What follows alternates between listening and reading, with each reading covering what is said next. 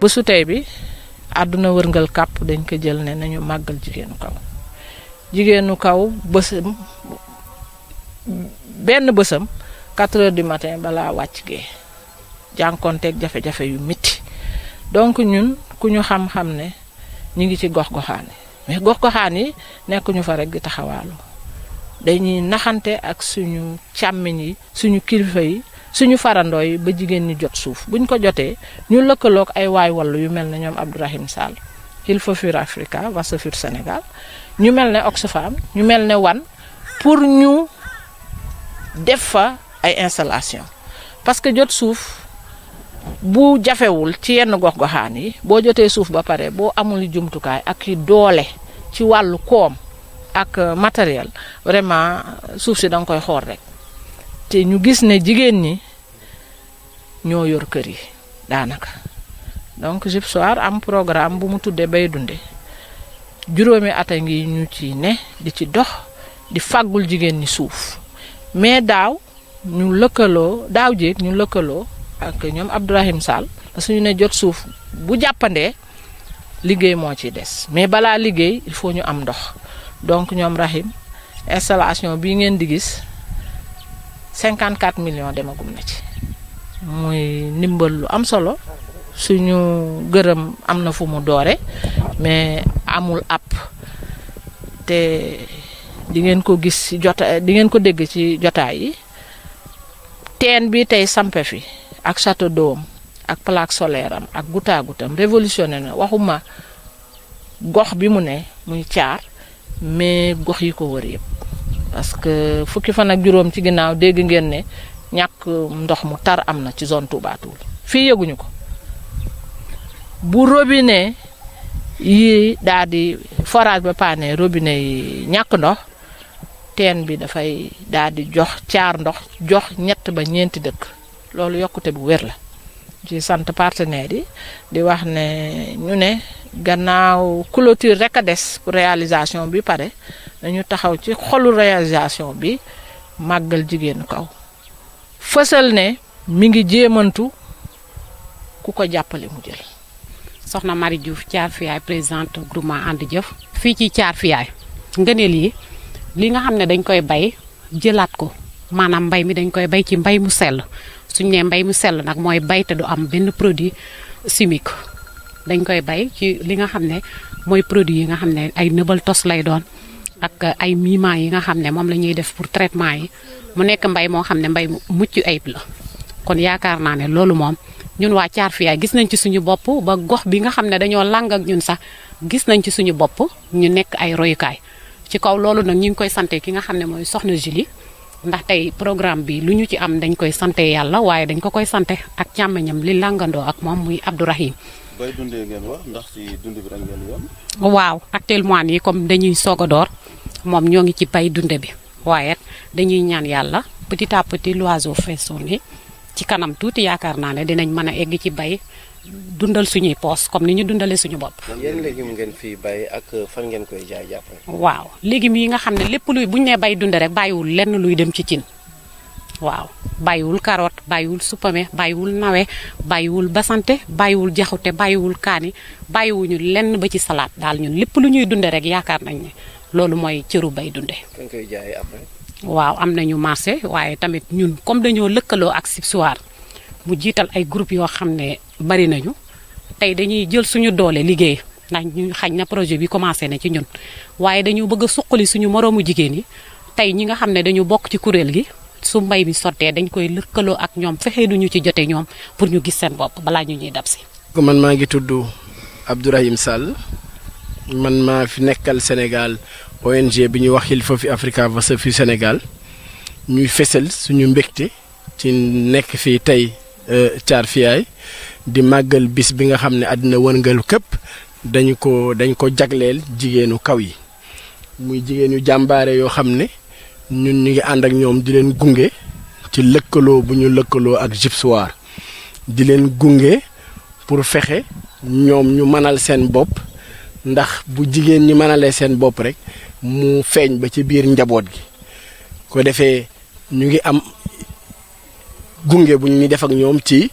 du Thiar Fiyaay rek kese waaye ci dëkk yu baree ba ci ren ñu ngi am ñeenti projet yu mel nii déwén ñu fas yéene def yeneen juróom-benn yàlla dogal nag Thiafiyaay gii ñu nekk ñoom la seen bos njëkk pare seen teen pare ñu boole ko defal leen ci pompe solaire defal leen benn mbànn boo xam ne dina jël juróomi junniy litre defal leen tamit benn hectare goutte à goutte bu ko defee ñu ngi ci jublu woon béy dunde maanaam ñoom li nga xam ne moom la ñu soxla pour seen kinu bopp loolu la ñuy jiital ci wàllu programme bi ba nga xam ne seen sécurité alimentaire danañ ko assurer équilibre nutritionnel famille tamit dañ koy assurer bu phase boobu jàllee nag mu des phase xeex ndóol réduction de la pauvreté ñu orienté leen ci activités génératrices de revenus donc projet yi kit yi ay kitu départ 25 000 euros la mais loolu mooy jéego bu njëkk bu jéego yooyu passé ñu jàll ci leneen. yàlla dafa dogal lii bi ñu koy indil ñun fekk na liggéey rek ak jaamu yàlla moom la ñu itteewoo ci lañ juddu ba bi jaaw nii waaw xamuñu lu dul liggéey ak jaamu yàlla bëgg a liggéey nag te amoo loo liggéeyee amoo moyen bi amoo ndox amoo suuf su doy amoo matériel bi lii di ñëw ci lañu fekk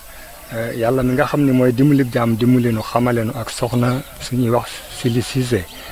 mu jiite benn kuréel bu ñuy wax Sibsuwaar bay dunde yàlla dogal ñu am ay soldaar ci dëkk bi yoo xam ni askan wi rek moo leen ñor waa dëkk bi rek moo leen ñor dëkk bi développé moo leen ñor saa bu ñu xëyee nga seen leen ñu sol seen bubu di dem lu développé dëkk bi ak waa dëkk bi moo leen tax a jóg soxna soosu ko jiite nag kuréel boobu ñu koy wax soxna Marie Diouf moom la yàlla dimbali ba mu tase ak soxna Sili Cissé li wolof yi wax daal di am ndax ñaar ñu bokk fu ñu jëm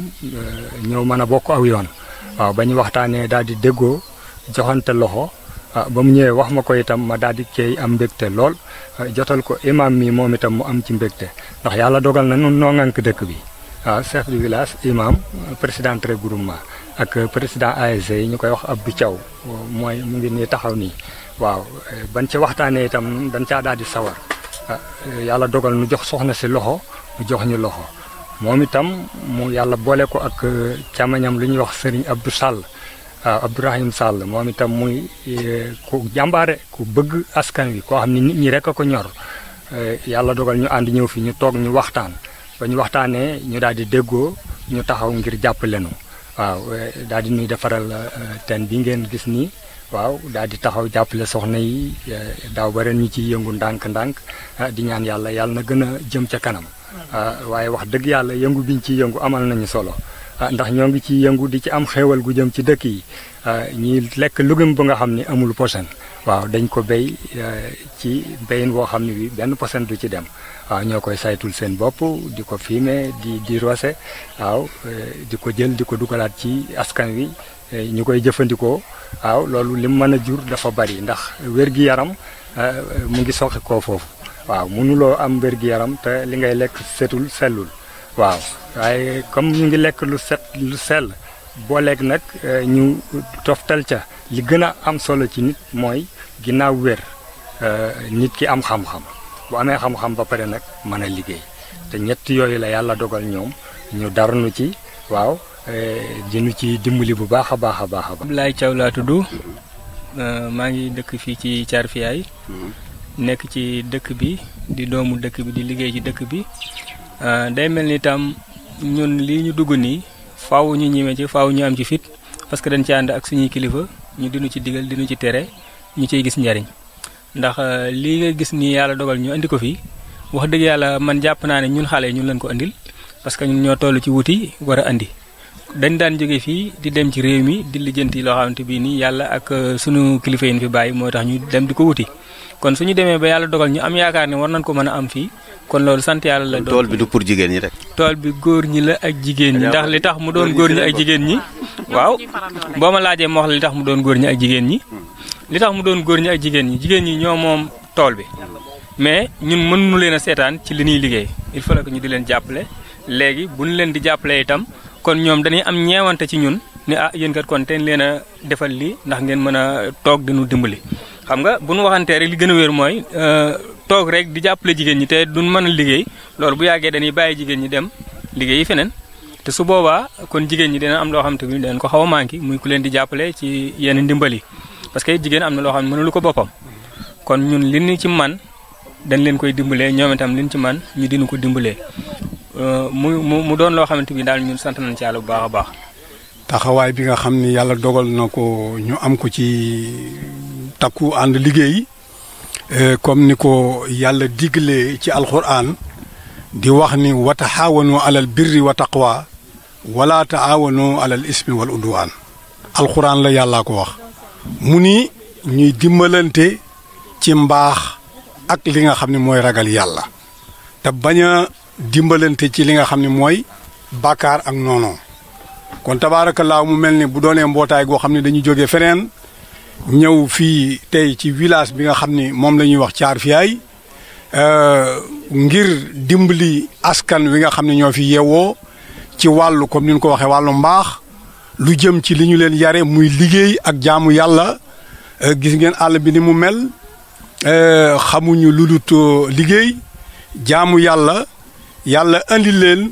ci mbaaxam ak kattanam ak yërmandeem ngeen taxawal fi projet bu toll ni projet bii ngeen fi taxawal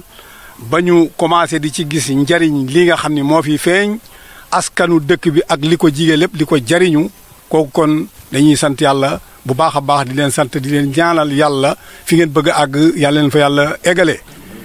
di sant chef de village bu baax a baax ak soxna Marie Diouf mi nga xam ni ak Ablaye Thiaw mi doon wax léegi nga xam ni ñoo gën a nekk ci ñiy taxawee li nga xam ni mooy dundal li jëm ci tool bi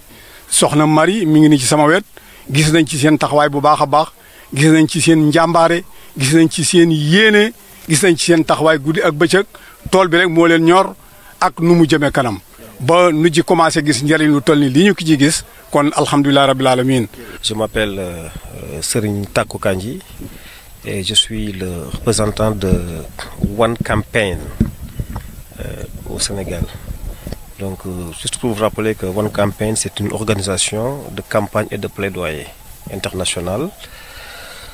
avec pratiquement 10 millions de membres à travers le monde. Donc, je suis le chargé de plaidoyer et de politique ici au bureau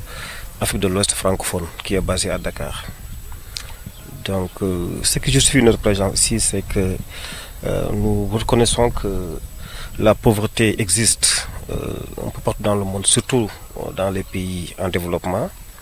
Mais un constat général, c'est que ce sont les femmes qui sont les plus affectées. Et c'est pour cela que nous, au niveau de One Campaign, on a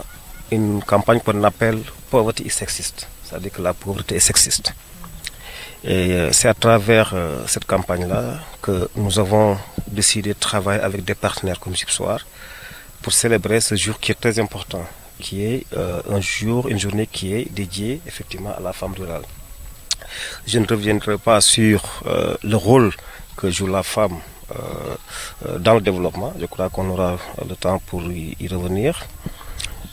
Mais ce que je veux simplement dire, c'est que One Campaign, en tout cas, est là pour accompagner des initiatives pareilles. Et ce qui me plaît surtout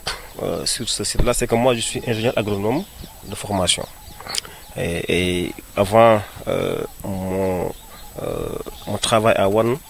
j'étais dans le développement aussi. Maintenant, j'ai fait du plaidoyer, mais avant, j'étais dans le développement. Donc, j'ai coordonné des projets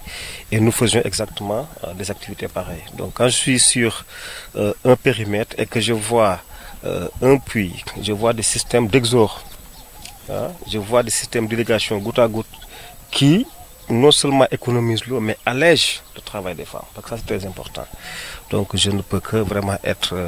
satisfait. Donc j'en profite effectivement pour remercier Gypsoir, mais aussi les partenaires qui les accompagnent.